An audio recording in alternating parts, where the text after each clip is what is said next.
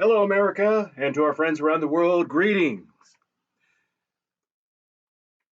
This one,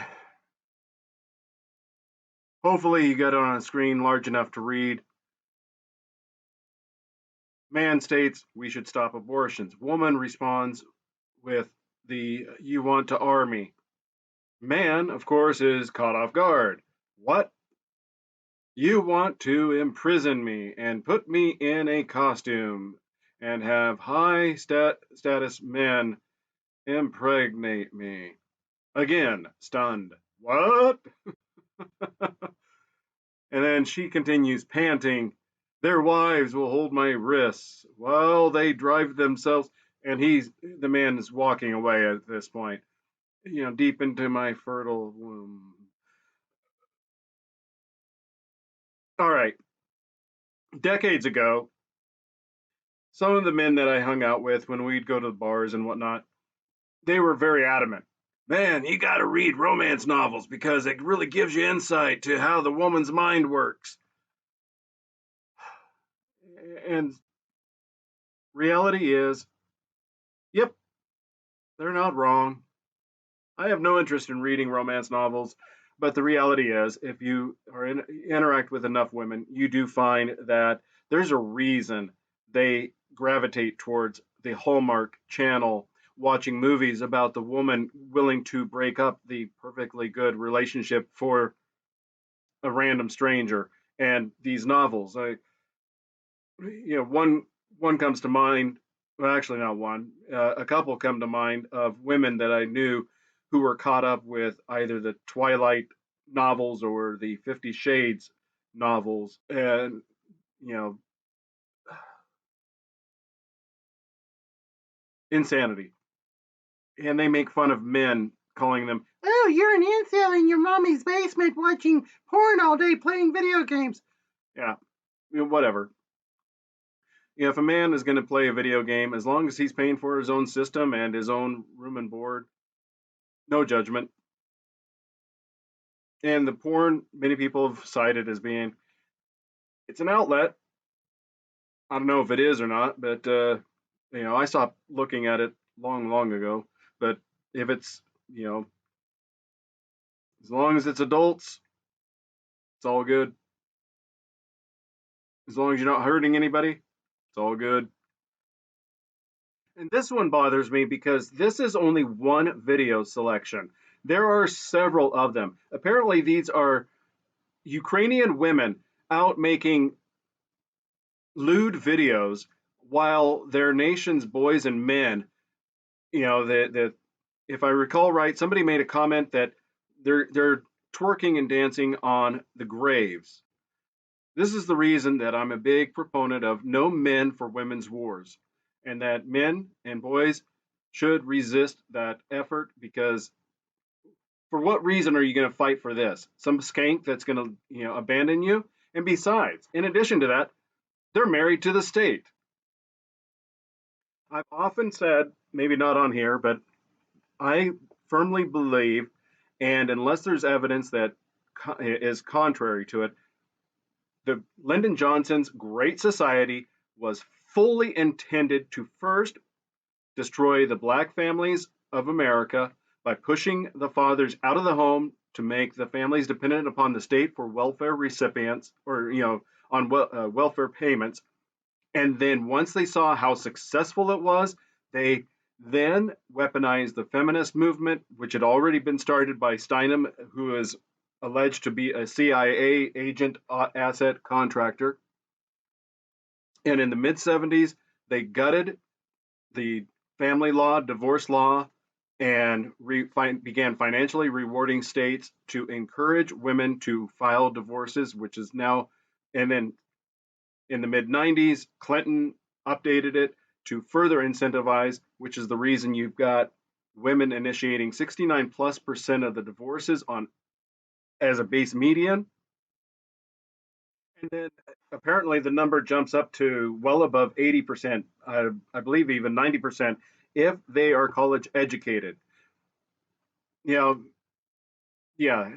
is not a sustainable model anymore. Women's standards compared to men's standards. I mean, I can only speak for myself, but correct me if I'm wrong, boys and men. As long as she's attractive, that's really about the only criteria. It's only after you get to know her and you find out whether or not she has a good attitude or a bad attitude that changes things. Right off the bat, though, women, and I love this because I used a similar video for or image of, for Victoria Nuland, who started the Ukraine war.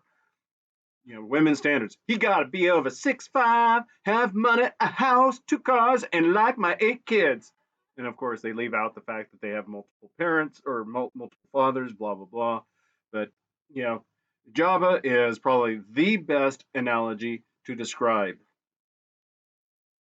This one bothers me only in the sense that, without getting into the story, sinister romance scammer allegedly used dating apps to target victims she drugged and robbed, authorities say. And in this caption underneath it, you can barely read it. Caption describes that she lured at least 4 men to meet her in person, individually, I'm presuming. She drugged them and then stole their money and whatever else. And I have no doubt that this is actually more than 4 men. They're just the 4 men who decided to report it.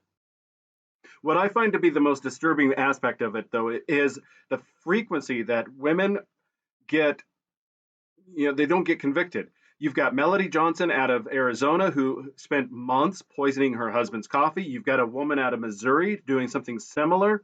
I believe her name was Schaefer or something to that effect. Regardless, you get 3 years probation and mental health counseling, and you have to stay away from your victim.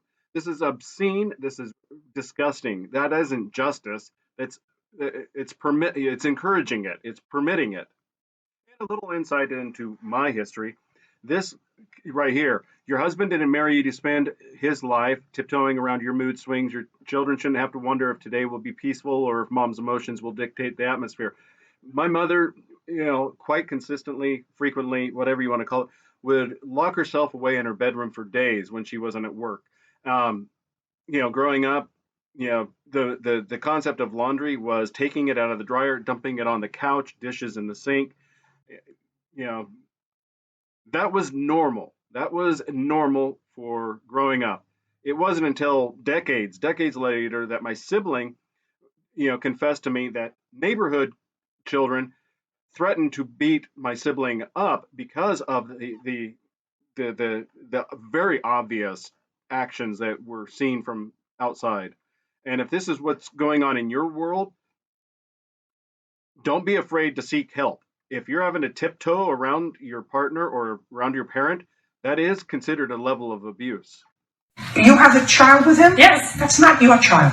That's both of your child. No, just a second. That child is both of yours. So either you take the child or he takes the child. He's the father no less than you're the mother. So, because then he told me he was going to take Lila with him at 1:30 in the morning. Just a second. So he said, if I'm going to leave my house, if you're telling me to leave the house, I'm going to take my daughter with me. Even though I have sole legal custody of her? No, you don't. Yes, I do. No. At that point, are you telling me you had a court order giving you legal custody of your child? The answer is no. No. So at that point, you're the mother, he's the father. He has as much right to take that child as you do. That's not what I've been told, but... Well, if you've gotten different advice, you were mistaken. Okay. In this country, fathers are not second-class citizens. I know there are a lot of people out there, including judges and probation officers, who still don't get that message, but fathers are not second-class citizens. Sometimes they're actually better parents. Not always. Sometimes it's 50-50. But it's on a case-by-case basis. But anybody that says to me, can't take my daughter with him, it's not yours. It's both of yours. You made her together. Who was it? Carl Jung, who had his archetypes. Well, American man, Western man, here are your 8 female archetypes. Choose wisely. It will affect not only your present, but the rest of your life. You know what I want to see more of on this app is 30-year-old women being honest about how disappointing it is to go out at this big age. Because all you want to do is get cute, reconnect with nature, be social, but alas, we share a planet with the worst thing that has ever happened to humankind. Men in their 30s.